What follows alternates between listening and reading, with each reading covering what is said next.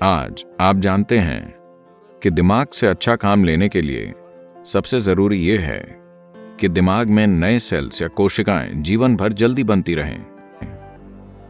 योग संस्कृति में अगर आप कुछ पकाते हैं तो उसे ज्यादा से ज्यादा 1.5 घंटे में खा लिया जाता है। 90 मिनट से पहले उसे खा लेना चाहिए। कोई भी मांसाहारी चीज और दूध या दूध से जुड़ा भोजन एक साथ नहीं खाते, क्योंकि उन्हें मिलाने से वो एक दूसरे के खिलाफ हो जाएंगे और आपके अंदर एक जंग पैदा कर देंगे। योग विज्ञान के हिसाब से भोजन पेट की थैली में 2.5 घंटे से ज्यादा नहीं रहना चाहिए।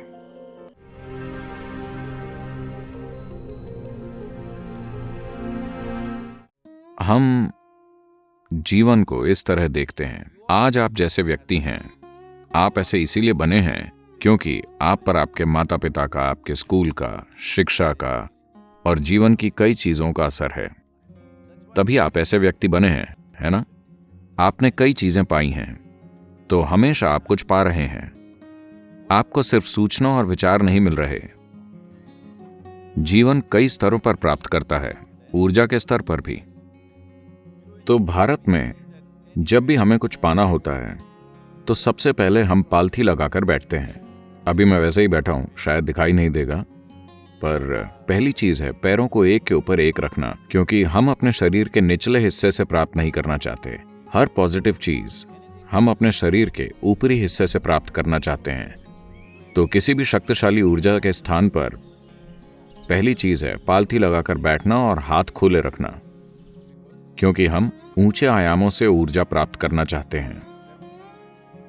योग शरीर विज्ञान में 112 चक्र होते हैं, 114, पर इंसानी शरीर के अंदर 112 चक्र हैं। इन 112 चक्रों की 60 श्रेणियां हैं। हर श्रेणी में 16 चक्र हैं। इन 7 श्रेणियों को आज दुनिया में चक्र कहते हैं। पहले 3 चक्र जीवन यापन से जुड़े हैं और बीच का चक्र इन 2 चीजों का मिलन है। यहां से ऊपर, अनाहत से ऊपर के चक्र आत्मज्ञान प्रक्रिया से जुड़े हैं।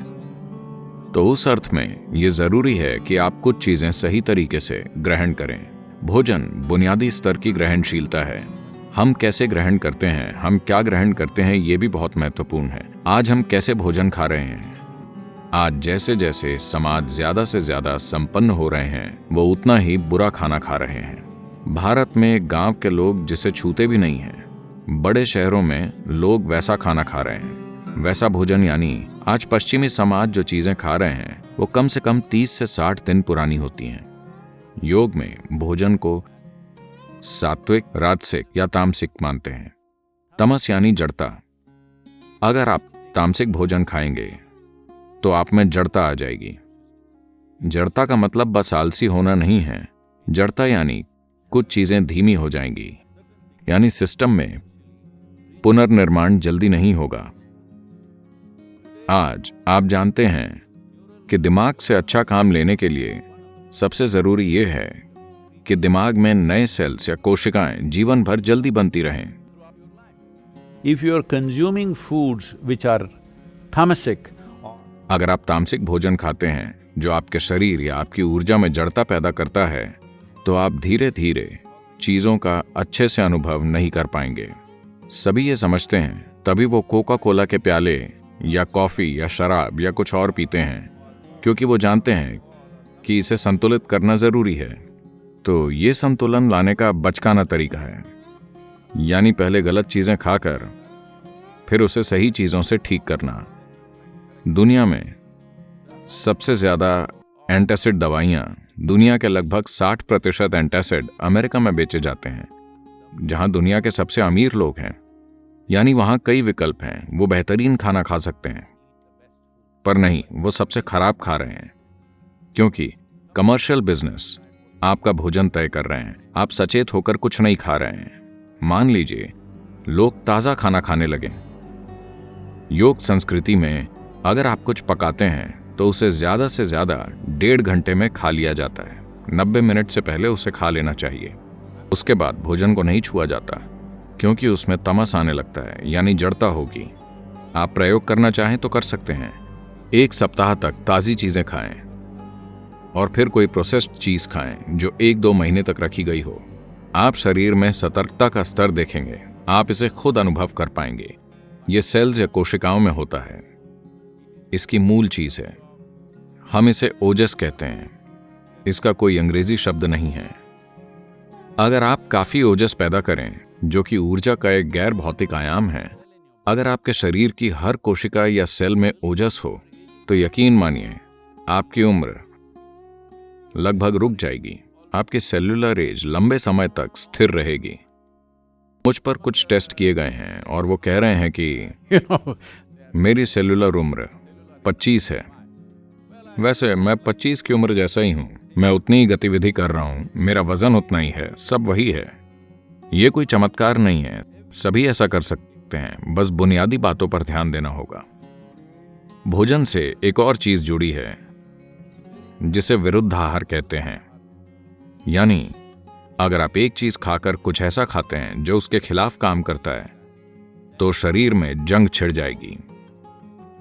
पाचन प्रक्रिया काफी हद तक एसिड या एल्कलाइन जैसी चीजों से होती है।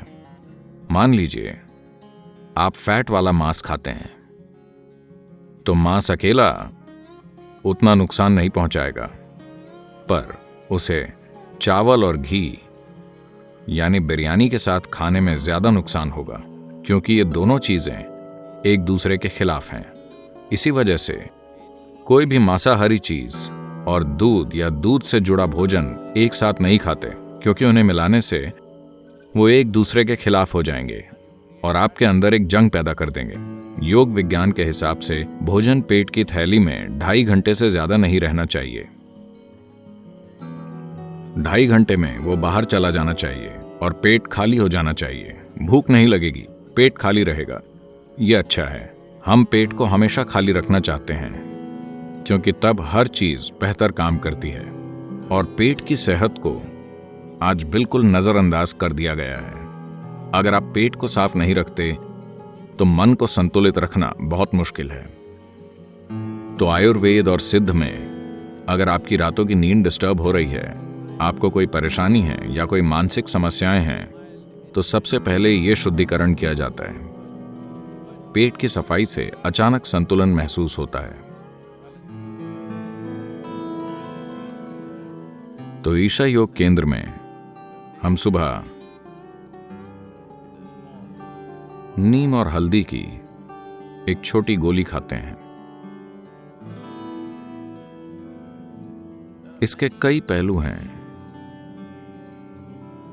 यह आपके सिस्टम पर कई तरह से असर डालती है। सबसे पहले तो यह खाने से आपका पाचन तंत्र या सिस्टम साफ रहेगा। साफ रहने से मेरा मतलब है, यह संपूर्ण पाचन प्रक्रिया एक ऐसी जगह है जहां दूसरे सूक्ष्म प्राणी सबसे ज्यादा होते हैं। तो हमारी भोजन नली सूक्ष्म जीवों से भरपूर है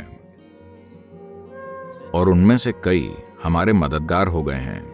हम उन्हीं की वजह से जी रहे हैं और खाना पचा पा रहे हैं। वो हमारी कई तरह से मदद कर रहे हैं, पर कई जीव ऐसे भी हैं जो हमें नुकसान पहुंचाते हैं। नीम को जब हल्दी के साथ लिया जाए, तो इन दोनों चीजों में यह खासियत है कि मोटे तौर पर वो चीजें जो शरीर के लिए जरूरी नहीं हैं, जो हमें नुकसान पहुंचा सकती हैं, यानी हर तरह के नुकसानदायक जीव या पैरासाइट्स खत्म हो जाते हैं।